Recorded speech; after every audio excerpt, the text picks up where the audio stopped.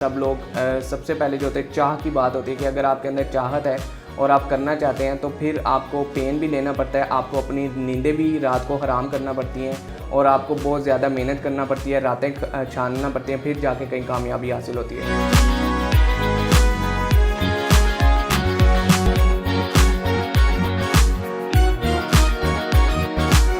अस्सलाम वालेकुम एवरीवन, मैं हूं आपकी होस्ट मुआफ़िया मलिक। हम और आप विद PNY के एक न्यू शो के साथ। जैसा कि आप सब लोग जानते हैं, PNY ट्रेनिंग्स एक ऐसा प्लेटफॉर्म है जहां हम हज़ारों की तादाद में स्टूडेंट्स को डिफरेंट कोर्सेज करवाते हैं ताकि वो अपनी पर्सनल लाइफ और प्रोफेशनल लाइफ के साथ साथ अपनी फाइनेंस को भी बेहतर बना सकें। हमारे इस शो का मकसद ही यही है कि हम आप तक ज़िंदगी के हर पहलू के बारे में कुछ ना कुछ ऐसी मालूमात पहुंचा सकें जो आपकी लाइफ में एक वैल्यू एडिशन का काम कर सके। आज भी हम इसी से रिलेटेड बात करेंगे। स्पेशली हमारा ये जो टाइम पीरियड गुजर रहा है बहुत ही क्रूशल है, हमें हर चीज़ को मेंटेन करने की ज़रूरत है, स्पेशली यंगस्टर्स के लिए अपनी फाइनेंस, अपनी फैमिली, ब्रेड एंड बटर। तो ये सारी चीज़ों को मद्देनज़र रखते हुए आज का जो हमारा ये शो है, हम इन्हीं चीज़ों पे बात करेंगे कि स्टूडेंट्स के लिए, स्पेशली यंगस्टर्स के लिए क्या क्या अपॉर्चुनिटीज़ हैं, क्या क्या चैलेंजेस हमें फेस करना पड़ते हैं और उन चैलेंजेस को ओवरकम करके हम सक्सेस की तरफ किस तरह से जा सकते हैं। हमारे साथ जो गेस्ट मौजूद हैं मैं उनका तारुफ करवाती चलूँ। सर अजहर शुजात साहब हमारे साथ मौजूद हैं जो कि गवर्निंग बोर्ड मेंबर हैं और सेंटर ऑफ सोशल डेवलपमेंट के। तो मैंने वेलकम करती हूँ अपने इस शो में। अस्सलाम वालेकुम सर, कैसे हैं आप? वालेकुम सलाम, थैंक यू वेरी मच।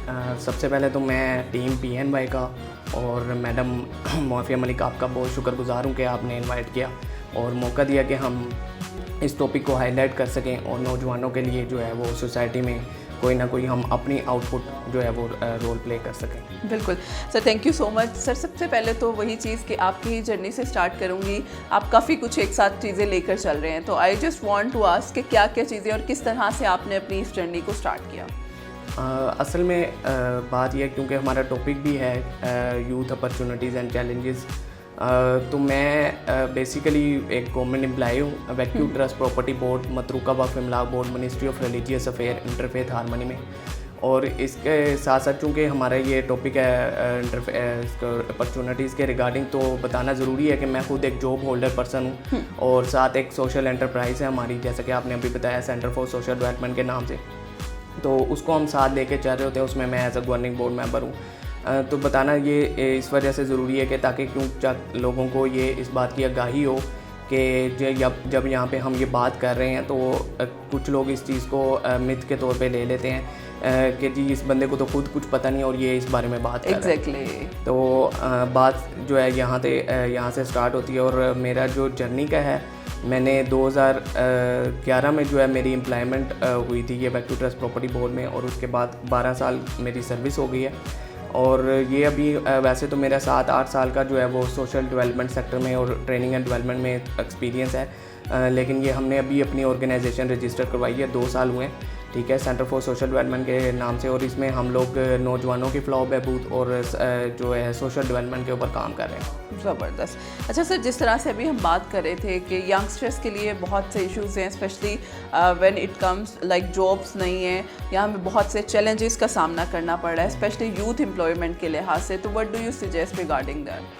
अच्छा, मैं थोड़ा सा स्टैटिकल चीज़ों को डिस्कस करना चाहूँगा कि जिस तरह से आपने कोविड को भी देखा और एक यानी कि कुछ इकोनॉमिकल सर्वे हैं, उसमें मैं ये देख रहा था कि 6.5% जो है वो अनएम्प्लॉयमेंट है करंटली पाकिस्तान में। और उसकी जो बड़ी वजूहत हैं वो ये है कि हमारी पॉपुलेशन जो है बहुत ज़्यादा इंक्रीज़ हो गई है, जो कि हम पाकिस्तान जो है वो 5th लार्जेस्ट पॉपुलेटेड कंट्री हैं पूरे वर्ल्ड में।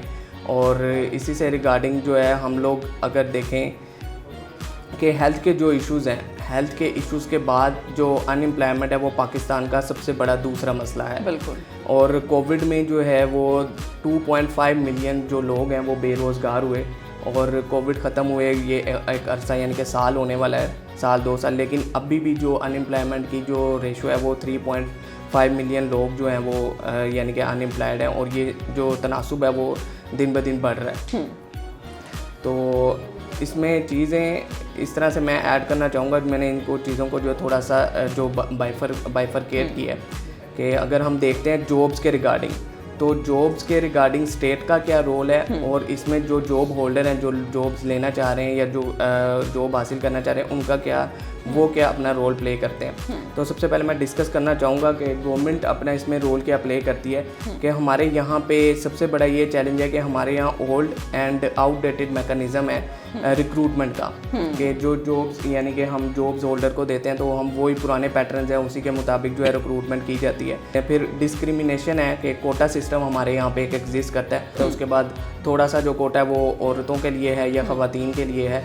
फिर ट्रांसजेंडर का अगर हम बात करें तो वो बिल्कुल ज़ीरो पे आ जाते हैं और माइनॉरिटीज़ के लिए भी बिल्कुल ज़ीरो कोटा होता है। तो मेरा ख्याल है इसको बढ़ाना चाहिए।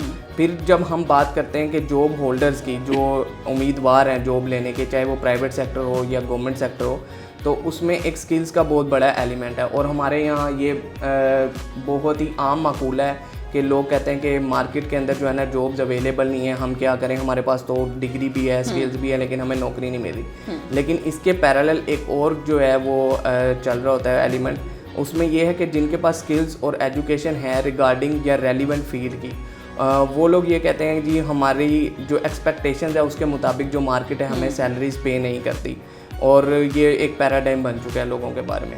अच्छा सर, इसी चीज़ को मैं इसके साथ रिलेट करूँगी, जिस तरह से आपने बताया कि बहुत से इश्यूज़ हैं हमारी सोसाइटी से रिलेटेड कि हमें जॉब्स की तरफ जाना चाहिए, लेकिन कुछ सोर्सेज हैं भी, जिस तरह से अभी आपने बताया कुछ गवर्नमेंट एम्प्लॉयमेंट भी हैं, प्राइवेट भी हैं, लेकिन हम उन अपॉर्चुनिटीज़ को अवेल किस तरह से कर सकते हैं। तो जो बेसिक आप कह लें प्री रिक्विजिट्स हैं वो क्या है जो हमें अपने ऑन पे करने की ज़रूरत है? पहले आपको थोड़े से, जैसे आपने एंटरप्रेन्योर्स की बात की कारोबारी ज़राअत के हवाले से, उसमें मैं थोड़ा सा ये ऐड करना चाहूँगा कि एंटरप्रेन्योरशिप में भी बहुत से हमारे यहाँ पे मसले मसाइल हैं कि जो लोग हैं वो उन लोगों के पास जो है ना अवेयरनेस नहीं है। स्टेट जो है बहुत से लोन्स प्रोवाइड करती है एंटरप्रेन्योर्स को, या जो न्यू स्टार्टअप्स होते हैं उनको लोन दिए जाते हैं, लेकिन उन लोन्स का लोगों को पता नहीं है। तो लोग जो हैं वो हमारे यहाँ जो फैकल्टी का स्टाफ है वही पुराने पैटर्न्स के ऊपर बस लोगों को पासिंग आउट करवाने के लिए या मार्क्स दिलवाने के लिए जो है वो स्टडी को फॉलो किया जा रहा है, यानी कि कोई प्लानिंग नहीं है, नो फ्रेमवर्क है। अगर हम एजुकेशन की बात करें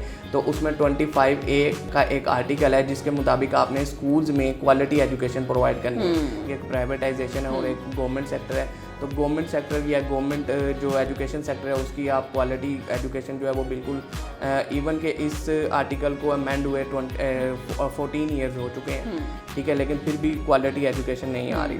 अच्छा, जिस तरह से अभी हम बात कर रहे हैं कि अपॉर्चुनिटीज़ की भी आपने बात की, तो अब जो स्टूडेंट्स के बिहाफ पे या यंगस्टर्स के बिहाफ पे इनिशिएटिव है उनके बारे में बताएं कि हम किस तरह से उन अपॉर्चुनिटीज़ को अवेल कर सकते हैं। गवर्नमेंट जो है खुद अभी आपने prime minister youth development programme का नाम सुना होगा, prime minister youth loan scheme का नाम सुना होगा, और इसी तरह से कामयाब नौजवान हैं और डिफरेंट जो है वो गवर्नमेंट जो है वो स्किल डेवलपमेंट प्रोग्राम प्रोवाइड कर रही है। ट्रेनिंग इंस्टीट्यूट है, टैप्टा ट्रेनिंग इंस्टीट्यूट है, ये according to the relevant field. और जैसे अब हम लोग डिजिटल स्किल्स के ऊपर आ चुके हैं और ये जो दौर है अब हम डिजिटल स्किल्स की बात करते हैं, तो गवर्नमेंट उसके ऊपर बहुत ज़्यादा काम कर रही है और इसके पैरेलल जो सिविल सोसाइटीज़ हैं वो भी अपना रोल प्ले कर रही हैं। फिर हमारे यहाँ पे इंक्यूबेशन सेंटर्स हैं जिसमें अगर आप छोटा स्टार्टअप स्टार्ट करना चाहते हैं तो आप एक इंक्यूबेशन सेंटर में अपना टेबल और चेयर लेके एक अपनी ऑफिस स्पेस क्रिएट करके आप उस स्पेस को यूज़ करके यूटिलाइज करके अपना बिजनेस जो है वो स्टार्ट कर सकते हैं। तो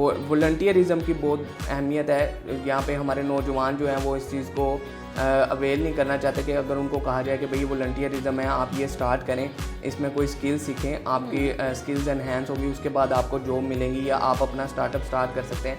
लेकिन वो इस तरफ आते ही नहीं है कि हम किसी को अपनी services free of cost provide करें, जो कि मैं समझता हूँ कि वॉलंटियरिज्म एक सोशल कॉज के लिए आपको सारी ज़िंदगी करते रहना चाहिए। क्योंकि जितना भी आपका प्रोफेशनलिज्म है वो इंटरलिंक कहीं ना कहीं जब तक आप सोसाइटी को सर्व नहीं करेंगे, मेरा ख्याल है उसका वो रिजल्ट या फीडबैक आपको नहीं आता है। जैसे अमेज़ोन है, उनकी एक यानी कि आउटरीच है कि आप उनकी वेब को एक्सेस कर सकते हैं फ्री ऑफ कॉस्ट। उसमें सिर्फ आपने उनको ये शो करना होता है कि मैं स्टूडेंट हूँ या जो मेरी आमदनी है वो 30,000 से नीचे है और मैं ये कोर्सेज़ की जो फ़ीस है वो अफोर्ड नहीं कर सकता, तो मुझे इन कोर्सेज़ की जो है वो एक्सेस दी जाए। आपके पास अपॉर्चुनिटीज़ और बहुत से ऐसे अदारे हैं, वेबसाइट्स हैं जहां आप अगर थोड़ा सा एक अच्छे वे में स्क्रॉल करें, सर्च करें, तो you will find a very good sites कि आप अपनी स्किल्स को किस तरह से इम्प्रूव कर सकते हैं, अपनी सॉफ्ट स्किल्स को किस तरह से इस तरह से इंगेज कर सकते हैं कि आप अपने आप को सक्सेस की तरफ लेकर जा सकें। तो बहुत अच्छे पॉइंट सर आपने डिस्कस किए हैं, थैंक यू सो मच। लेकिन लास्ट ही मैं चाहूँगी कोई मैसेज जो आप हमारे यंगस्टर्स को देना चाहें। चीज़ें हम लोग सीखते हैं, हमारे मेंटोर हैं, हम लोग उनको फॉलो करते हैं, और कुछ दोस्त हैं जो हमारा कंपटीशन है, तो कंपटीशन में बहुत चीज़ें जो हैं वो एग्जिस्ट कर रही होती हैं। जैसे आपका फैमिली में एक एजुकेशन कंपटीशन होता है कि यार फ़लाँ के बेटे ने या मेरी खाला के बेटे ने या मेरे कज़न ने अगर मैट्रिक में या एफएससी में या उसने इंजीनियरिंग में अच्छे नंबर लिए हैं तो मैं भी लूँ, तो वो एक कंपटीशन जो है वो आपके लिए हेल्दी इन्वायरमेंट क्रिएट करता है। तो मैं ये समझता हूँ कि आपको एक कंपटीशन में रहना चाहिए फ़र्स्ट ऑफ़ ऑल। सेकेंडली ये है कि जैसे हम लोग सोशल कॉज के लिए काम करते हैं, कहीं पे भी मौका मिलता है फ्री ऑफ कॉस्ट या वॉलंटियरिज्म को फ़रोग करते हैं, और हम खुद भी जो हमारी ऑर्गेनाइजेशन है सेंटर फॉर सोशल डेवलपमेंट, वो वॉलंटियरिज्म के ऊपर यकीन रखती है और हम लोग वॉलंटियर के साथ मिलकर काम करते हैं। हमारा एक यूथ नेटवर्क है। इसी तरह PNY ट्रेनिंग्स है, आप लोग उससे रिगार्डिंग अपनी स्किल्स के मुताबिक जो है वो जॉब या एंटरप्रेन्योरल बिज़नेस अपना सेटअप या स्टार्टअप कर सकें। तो आप लोगों को सबको मेरी यही रिकमेंडेशन है या मेरी यही नसीहत है कि सब लोग सबसे पहले जो होते हैं चाह की बात होती है कि अगर आपके अंदर चाहत है और आप करना चाहते हैं तो फिर आपको पेन भी लेना पड़ता है, आपको अपनी नींदें भी रात को हराम करना पड़ती हैं और आपको बहुत ज़्यादा मेहनत करना पड़ती है, रातें छानना पड़ती हैं, फिर जाके कहीं कामयाबी हासिल होती है। तो सबको यही मेरा पैगाम है कि मेहनत करें, ज़्यादा से ज़्यादा स्मार्ट वर्क करें। क्योंकि पहले होता था जब हम लोग इंटर में थे तो यही सोचते थे यार इंटर में अच्छे नंबर आए तो इंजीनियरिंग करेंगे, अगर नहीं आए तो कोई कुछ और करेंगे।